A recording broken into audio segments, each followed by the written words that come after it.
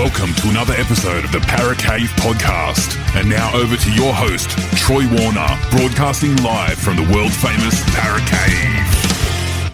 And yes, hello and welcome back to another episode of the Para Cave podcast. And this is the Gameday preview podcast. Now, this intro will probably sound a little bit familiar and a little bit of time because this week the Parramatta Eels take on the Melbourne Storm down in Melbourne at Amy Park, and I have managed to get former premiership winner with the Melbourne Storm and also played for New South Wales and Australia, played over 300 games in the NRL, Mr. Ryan Hoffman, to join me for a preview of this game. So you'll hear Ryan and myself discuss this a little bit later, but I thought I'd just run through a couple of stats of the Melbourne Storm and Parramatta Eels because everyone loves stats, I guess. I know I do.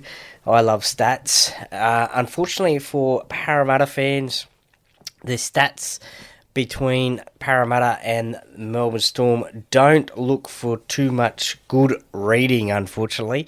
There are a few highlights, but very few and far between for the Parramatta Eels. But anyway, at Amy Park, there have been 9 matches at Amy Park between these two sides, and the last game was in 2022. Now, we'll get to that one a little bit later. So 3 years since Parramatta have played down in Melbourne, which is, I guess, very strange, I guess. Look, I think sometimes Parramatta don't play down there in the regular rounds. The last couple of times before this last game in 2022, it was in finals, I think. So, anyway, there's been 9 matches there. The Melbourne Storm have won 6 and Parramatta 3. And some of those games include down there at Amy Park. There was a big win to the Melbourne Storm in 2013, 64 points to 4. We won't talk about that one too much, I guess. But some other memorable games, I guess. Look, I started my travels to Melbourne for Parramatta Eels games in 2017, and that was September 9, where the Melbourne Storm won 18 points to 16. That was a semi-final. That was played at Amy Park, and that was probably it was the first time in a long time that Parramatta had made the finals after the salary cap drama the year before. Mitchell Moses had joined the club halfway through the season. He was partnered by Corey Norman in the halves. Obviously, Brett Arthur was the coach. Tim Manor was the captain on that day. And it was 18 points to 16. One cracking reminder that I remember as a Parramatta fan from that day was Will Smith's try. It was, I think, a outside-inside ball from Mitchell Moses to Will Smith, and it really came off. A little bit of controversy in this game, though, as well, that I'm sure Parramatta fans can remember. And I guess this is something that, as I said, Parramatta fans will remember, that's for sure. Forward passes and the like. And there was a weird try to the Melbourne Storm. I think it may have been the Kenny Bromwich try where it sort of looked like it was passed forward, I think from Cooper Cronk, I think. But anyway, that's in the past. The next game that I went down to Melbourne for was in 2018. That was won by Melbourne 20 points to 4. So probably Parramatta fans are probably thanking me for not going down to Melbourne this weekend because I don't have the best of records going to watch Parramatta games down there. That was won 20 points to 4. That was a tough year for the Eels. They got the wooden spoon in that year, 2018, unfortunately. 2019, it was a semi-final again. It was won 32 points to 0 in favour of the Melbourne Storm. Parramatta finished in the top 4 that season, and they lost this game, and then the week after they lost to the Cowboys, so went out in straight sets. Unfortunately, in this season, or in that season, current Parramatta player He's not playing this weekend, though. Josh Adokar scored 2 tries that night. So not a good night for Parramatta there. 2022. Now, what a game that was. That was a classic game, and that was the last time that Parramatta had played down in Melbourne at Amy Park. It was round 3, and we all remember, I think if you watch Foxtel anyway, Fox League, you'll remember Michael Ennis's call of Ray Stone getting that ball off, I think it was a Dylan Brown kick by memory. Correct me if I'm wrong, listeners, but might have been a Dylan Brown kick, and it was just basically Michael Ennis saying, "Stone!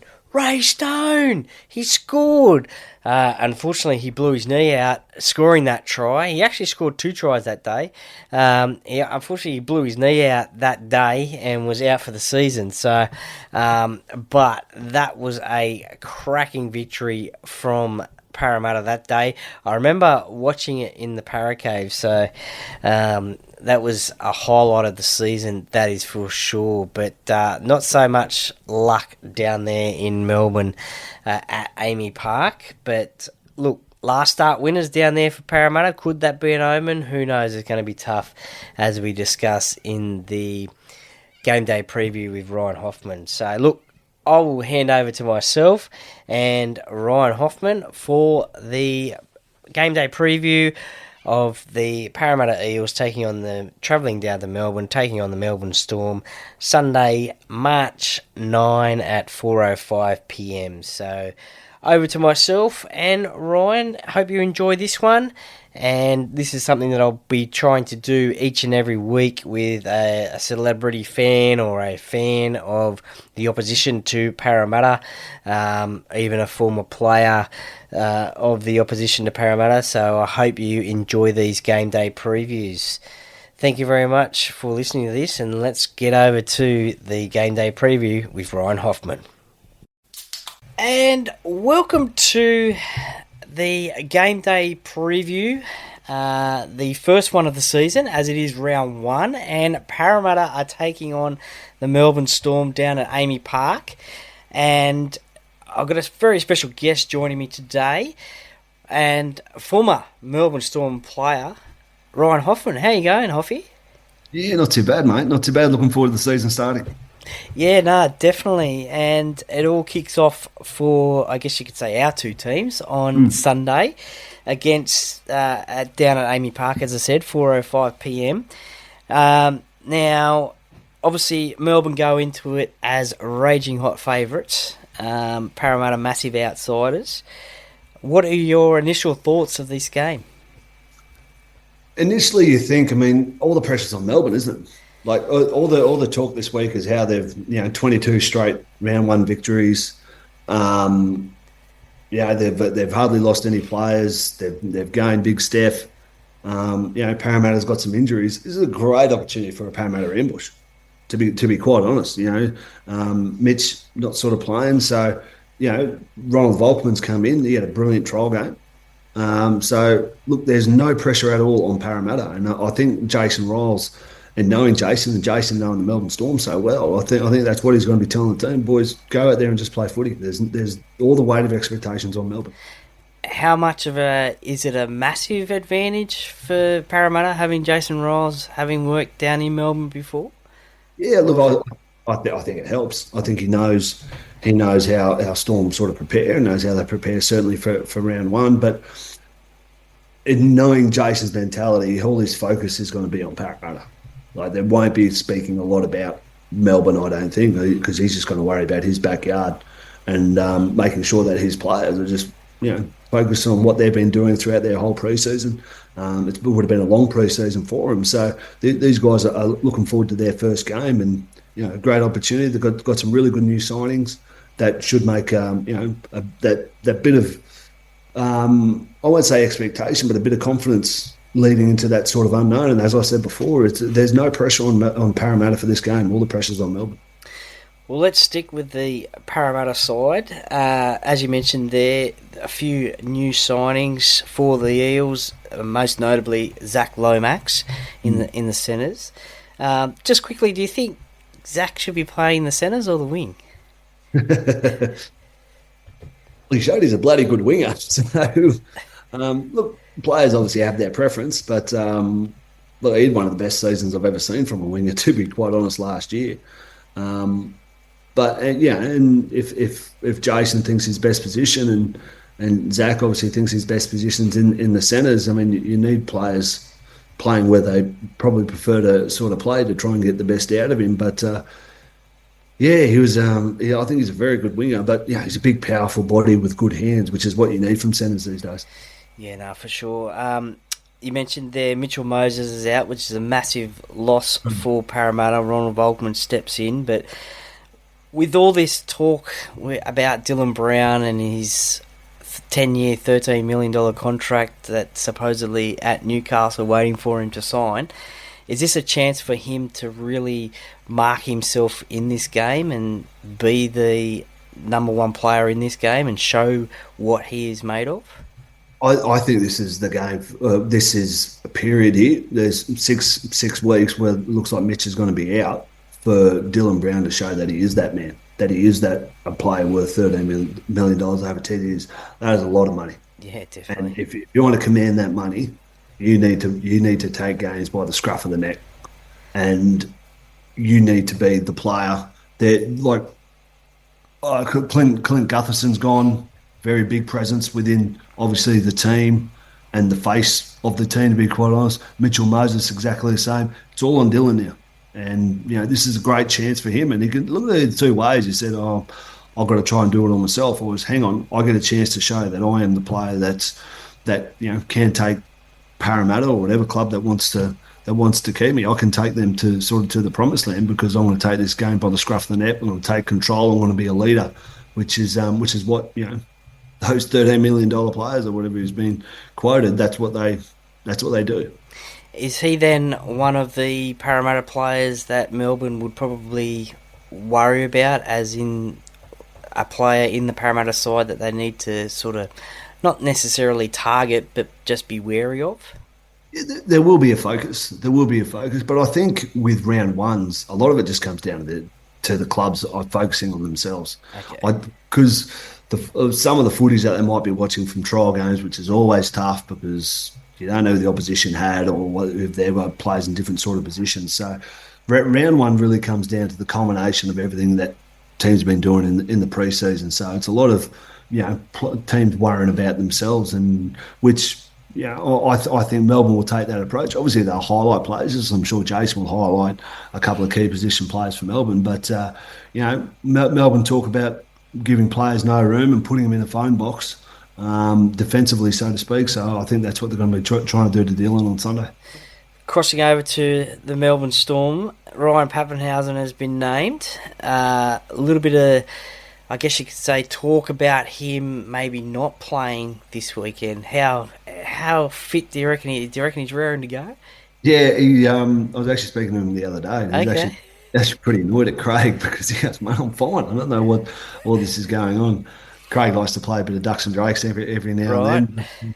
Yeah, look, Paps is one of those blokes that needs to make sure that he's doing everything, and he's a very diligent, professional sort of bloke. So, one thing, it'll definitely be fresh after not featuring in the trials. So, I think he's all good to go. They wouldn't be throwing him at this early stage, especially with the bye next week. They wouldn't be throwing him in if he wasn't ready to go. Yeah, no, that's crucial. And I guess you could say, I mean, it's obviously an important game for Parramatta, but obviously the Melbourne Storm as well, as you mentioned there, with the bye as well next week. It's effectively a 4-point game, isn't it? Yeah, it is. It's massive. They take a lot of pride in what they do at Melbourne, how they get themselves onto the paddock, how they prepare themselves for the year. And round one is an indication of that. And, they need to show, number one, that this world-class roster that they've put together and world-class spine, they need to do what they need to do to do the job on sort of Sunday. And this is a great opportunity then really to show their mentality after last year's disappointment.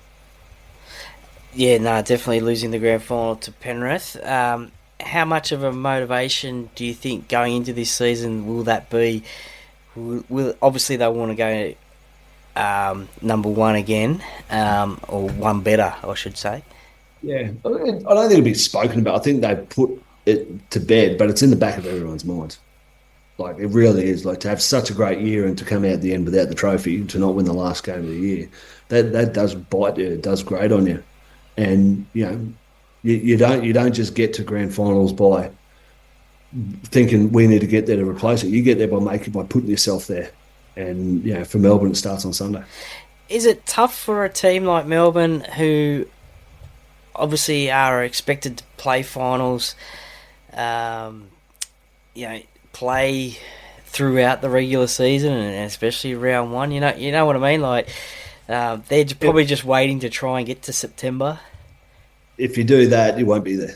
Yeah, to be quite, and that's the reason Melbourne Storm have had that success, is that they make sure they're there by what they do. And it's an old adage, and it's easy for us to sort of sit back and go, well, Melbourne will be there in the finals, but Melbourne got this week, and then they've got to bye. Then after that, they've got Penrith. So it's stepping stones for them. Yeah, and you don't put yourself in those positions unless you're doing the work early. And these early rounds, they're very, very valuable points that come very handy come the back end of August.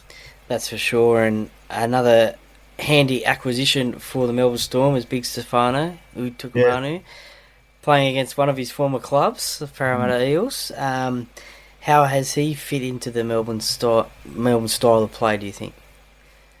Melbourne was short probably a big body. They really a big mobile body. I mean, they've got a great one obviously there in Nelson, but to Big Stefano, who I reckon is a perfect sort of foil for how they rotate their forwards, Melbourne. They've got the blokes with, like, say, Trent Liero and Josh King, who can pump out great minutes. They can get 65, 70 minutes easier on their ear. And then you've got your big guys, Tui Kamikamica, Nelson, and Big Steph. Obviously, Nelson not playing on the weekend, but that way you've got those three power runners.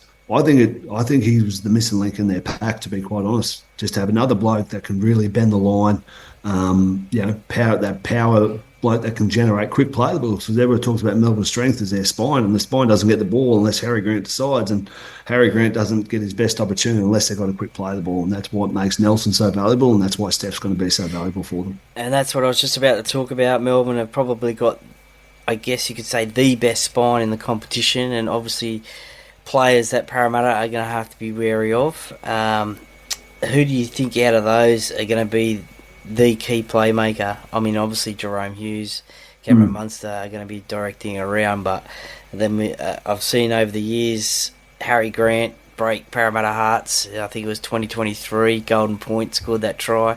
And again, up at Magic Ground, I think it was last year as well, he had a blinder against Parramatta, so he likes playing Para.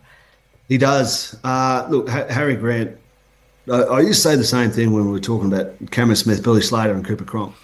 Those guys don't get the ball unless Cameron Smith decides. Okay, yeah. Everything starts with the dummy half. And that's why I think Jason Ryles and Parramatta's focus is really going to be on the ruck and not allowing Harry Grant just to have his way with how he wants to pass the ball. They want to be passing him under pressure. So that should be the focus for Parramatta, because it begins and ends with Harry. Because if they're not getting good service, Jerome and Cameron Munster, if they're not getting the ball on the front foot and over the advantage line, they're not going to be able to showcase how good a spine they are. Yeah, no, that's true. That's true. Look, I think it's going to be a cracker of a game. Parramatta won the last time they were down there in Melbourne, 2022. That was the Ray Stone miracle try, and then he did his knee and was out for the year, poor bugger. But it's been 3 years now that we've played there. It's always probably the toughest road trip in rugby league, I guess, now that the Panthers are playing at CommBank Stadium. What do you think is the key to success to get this game won from a Melbourne side and from a Parramatta side?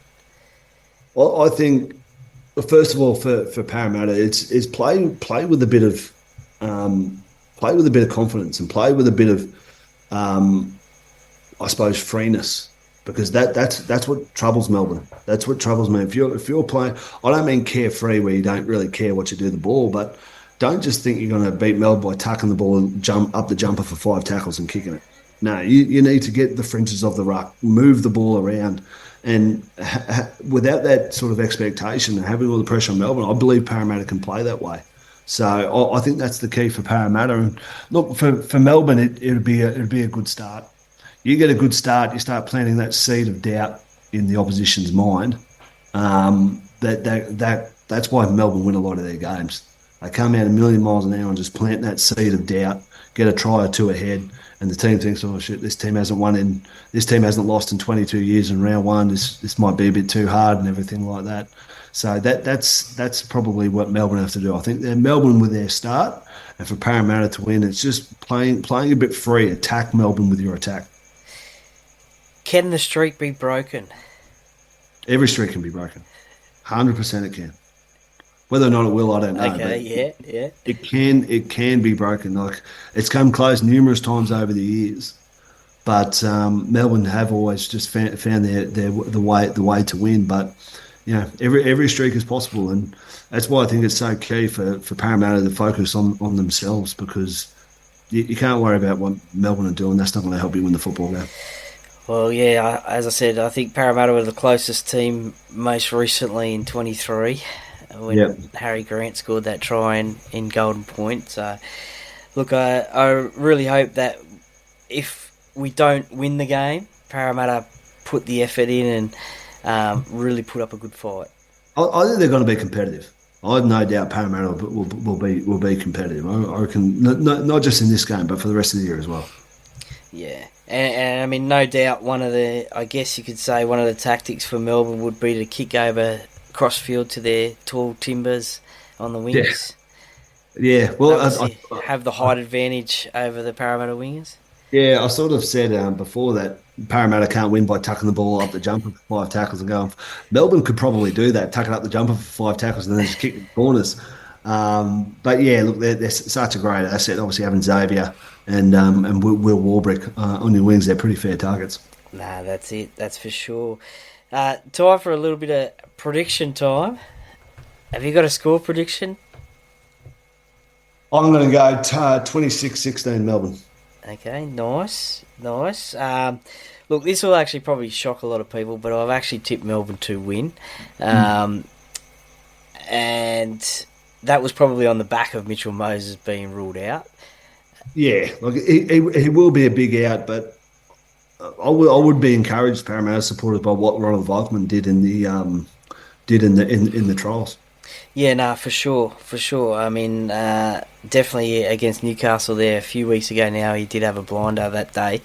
Everyone was jumping on his coattails there, and not so much against the Tigers, but look, that's trials and you got to give them time as well. That's one thing that Jason Ryles has said, that it's not going to happen overnight, but he's going to ensure that it will happen because it will take time. It's not going to happen early on.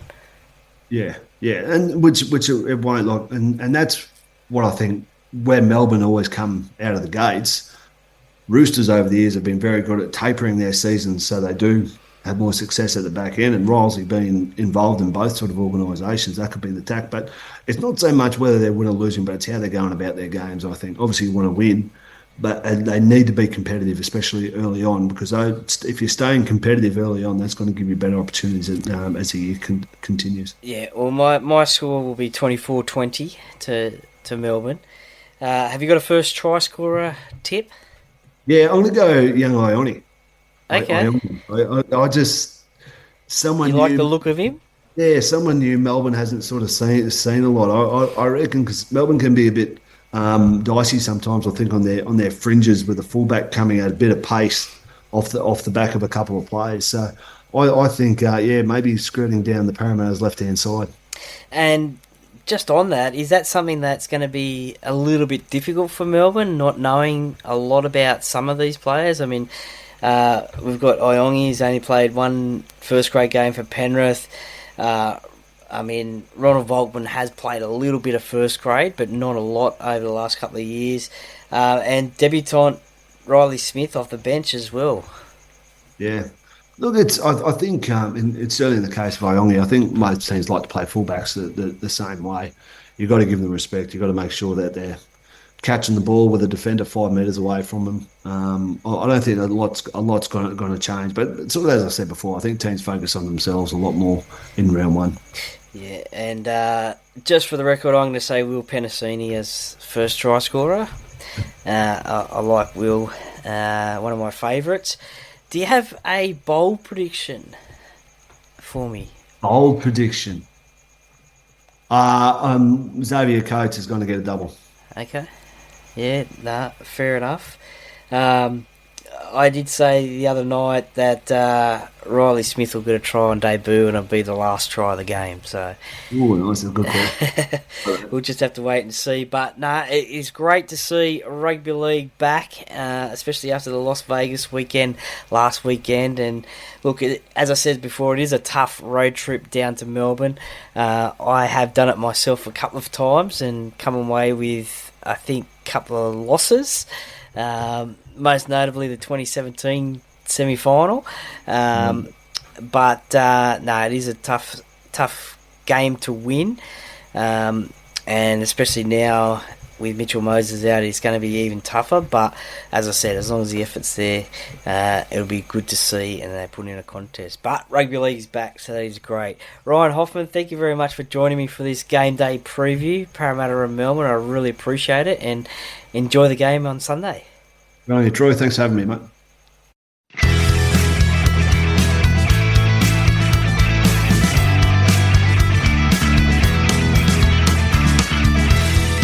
Thank you for listening to another episode of the Parramatta Podcast. See you next time.